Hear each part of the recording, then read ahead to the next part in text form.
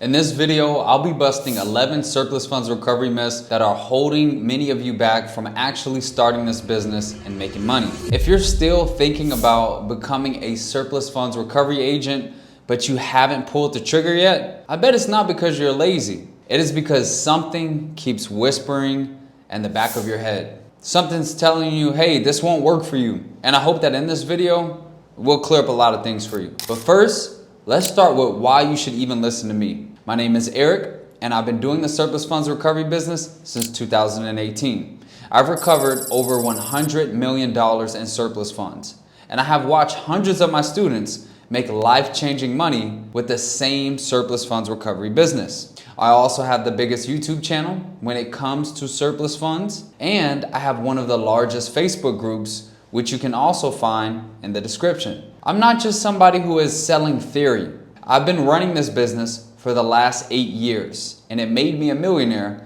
by the age of 26. So it's fair to say that I know what I'm talking about. And busting these myths and helping you start this business today is really important for me, because every month you sit on the sidelines. More than 30,000 homes go to foreclosure, and more than $70 billion in unclaimed funds just keeps piling up. And somebody else is getting paid to actually work these deals. So by the end of this video, the excuses that are holding you back should be dead.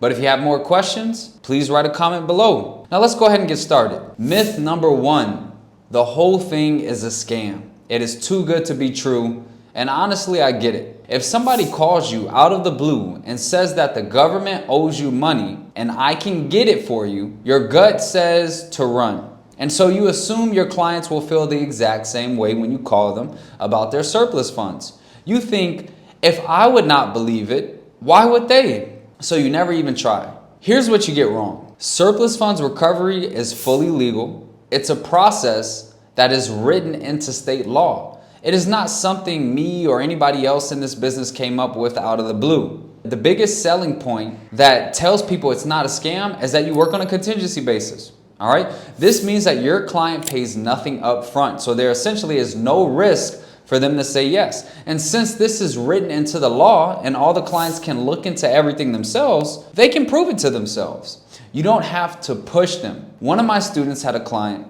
called Tanya. She's in the military, stationed overseas. And she fought my student hard at first because she was sure it was a scam. So she did her own digging.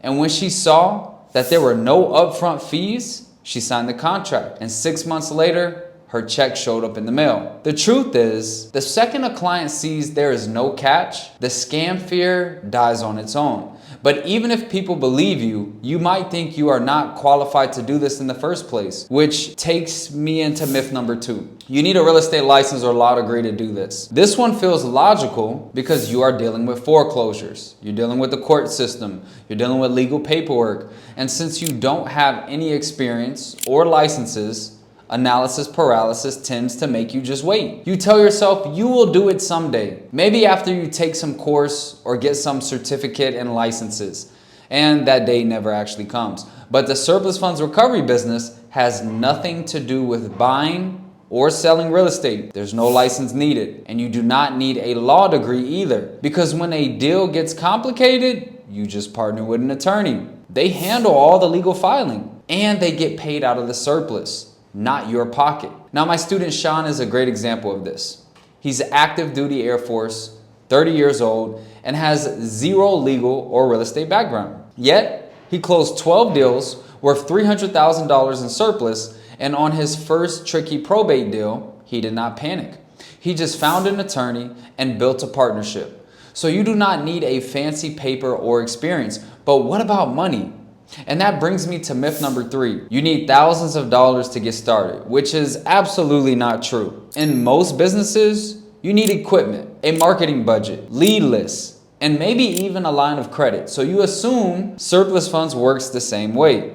You think you have to save up. You think you need to cover expenses that might come up, and essentially you wait until you have enough money. And while you wait, the deals keep going to the people who already started. The truth is, you can start this business for basically $0. Surplus funds leads lists are public records. You can pull them for free with a very simple Google search or a quick Freedom of Information Act request from the county. And basic skip tracing sites, this can be done for free as well, like True People Search. My student Sid was a realtor. He was a land flipper for 15 years, and he switched to surplus funds partially because the leads were free. He used free county data and some direct mail to close a $24,000 success fee in his first few months. Now, really quickly, before we move on to this next one, as I mentioned, if your budget is very small, you can definitely start the surplus funds business for almost $0. But if you want help starting a surplus funds business and succeeding as quickly as possible, you should join the Surplus Funds Profit System. Here, you'll get daily surplus funds lead lists, fully skip trace leads. You'll get weekly live training calls, an attorney network ready to work with you at no upfront cost, and a whole lot more. In the Surplus Funds Profit System, we will help you close more deals and close them faster. If you want that kind of hand-holding so that you can land your first deal without wasting months, go ahead and click the first link in the description below. Okay, now let's get back to the video. The next myth is something that a lot of people believe. Myth number 4 is that hiring an attorney will cost you thousands of dollars out of pocket. You hear things like probate or court filing, and you picture a lawyer handling you a giant retainer bill before they even lift a finger. And if you have a few grand laying around for legal fees, you don't want to do that. You decide that complicated deals are simply not for you and you just only want to stick to the easy ones. Or even worse, you don't even start at all.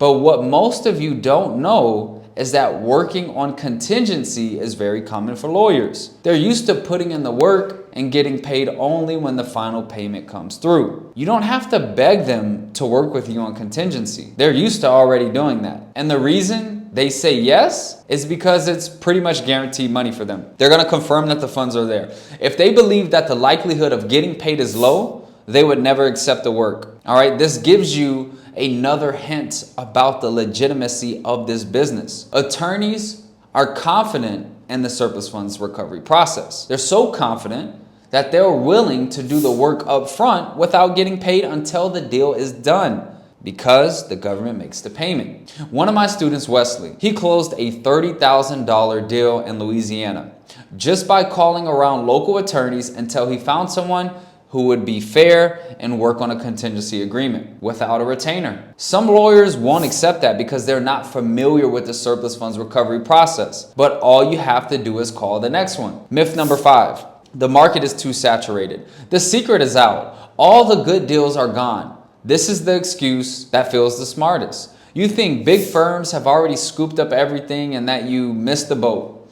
So you talk yourself out of it before you even pull a single list. And the irony is that that exact belief is what makes the opportunity so wide open. People think it's too saturated. They never start. And the people that are already doing this are literally making a fortune. Every single month, there are over 30,000 foreclosure filings happening. And there's about $60 to $70 billion in unclaimed funds already sitting in America right now. That number isn't shrinking. It's growing. And most beginners quit after one phone call. My student Ashley, she went full-time and she closed 5 deals in Florida. And that's the state that everybody calls the most saturated. Another student, Lorenzo, he closed over 10 deals just by calling on the old leads that other companies had given up on. This opportunity is massive. In fact, a couple of weeks ago, I posted a video with more than 30 plus posts with closed deals from my Facebook group. In the last 2 months alone, my students have had massive success this year already. And if you decide to take action, making an extra $10,000 per month can become your reality too. Now, a lot of you have different kinds of doubt, and it is not about competition.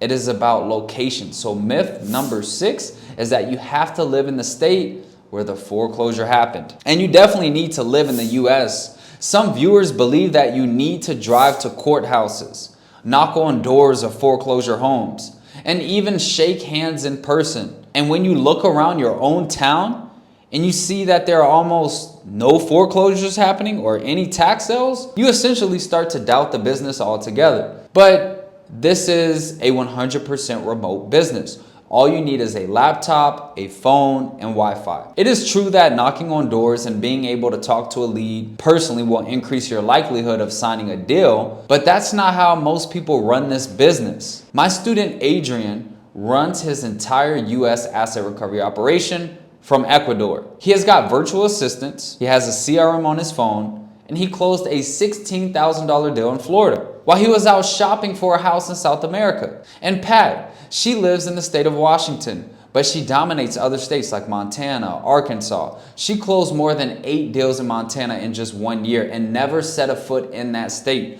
which leads me right into the next myth. Number 7, people think that the strict local state laws will make things really hard for us to succeed. Maybe you have Googled your state's rule and you got scared. Strict counties and weird laws do exist, but that's not a problem. If your state has bad laws, you just work the states that are wide open and transparent, like Florida, Ohio, or even Pennsylvania. Myth number 8, the homeowners can just easily claim the money themselves. So why would they ever pay you? This one really makes people freeze because it sounds logical. You think if it's their money, the government will simply inform them and just hand it over to them. Or they'll fill out a very simple form and they'll just get the money themselves.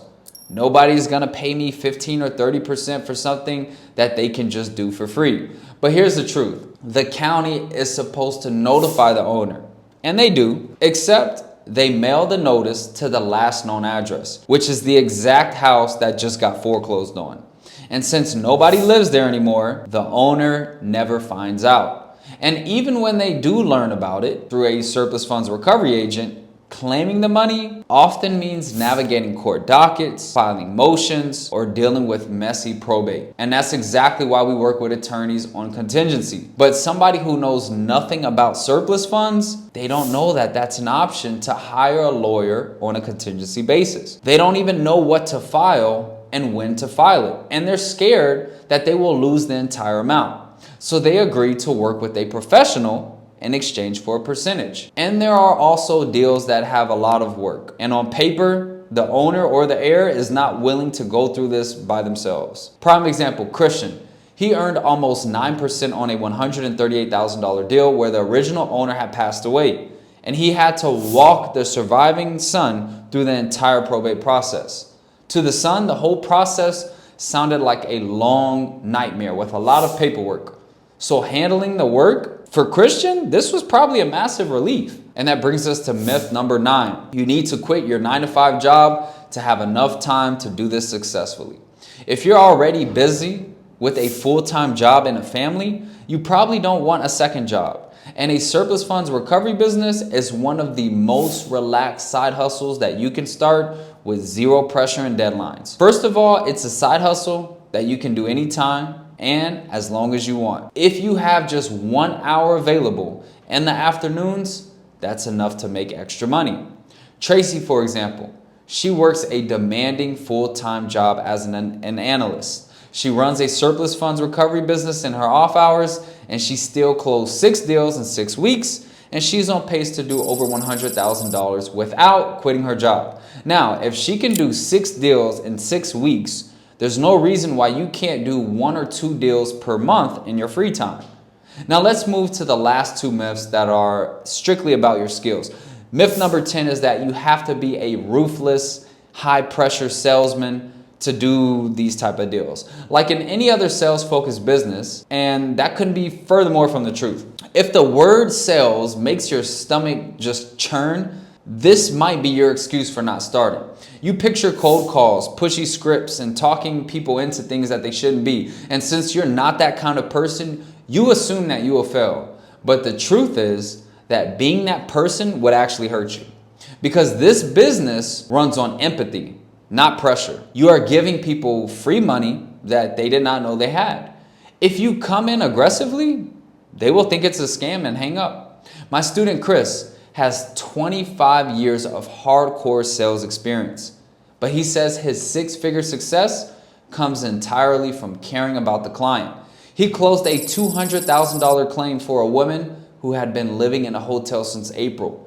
Just by treating her like a friend, he closed the deal. Now, the last myth is the one that I hear most from people who think they are too old or not tech savvy enough. Myth number 11 is that you have to be a tech whiz to run this business. Maybe you're a little older and computers simply stress you out. You hear words like CRM, auto dialer, AI automation, and you think, that's not for me. And I get it, but the core of this business is just talking to humans. Yes, softwares like XS Elite can automate your follow-ups, but you can absolutely start and win the old school way. All you need is a pen and paper and a basic phone. My student Connie is 70 years old and she built a 6-figure pipeline while going through 20 rounds of cancer radiation, tracking down errors, looking up neighbors on Facebook by hand, and her old school methods brought her in a $353,000 deal. That shows you that persistency beats tech every time. And maybe 10% of that has to do with skills and CRMs, but you definitely don't need to be tech savvy. This is an ideal business for any age. And there you have it. These are 11 myths that usually hold people back from starting this business. Now watch this video next to learn how you can make your first $1,000 this week with a different approach than the typical surplus funds recovery business. This approach is ideal for beginners who can't wait months to get paid and want to start making money fast. Click on the video and I'll see you there.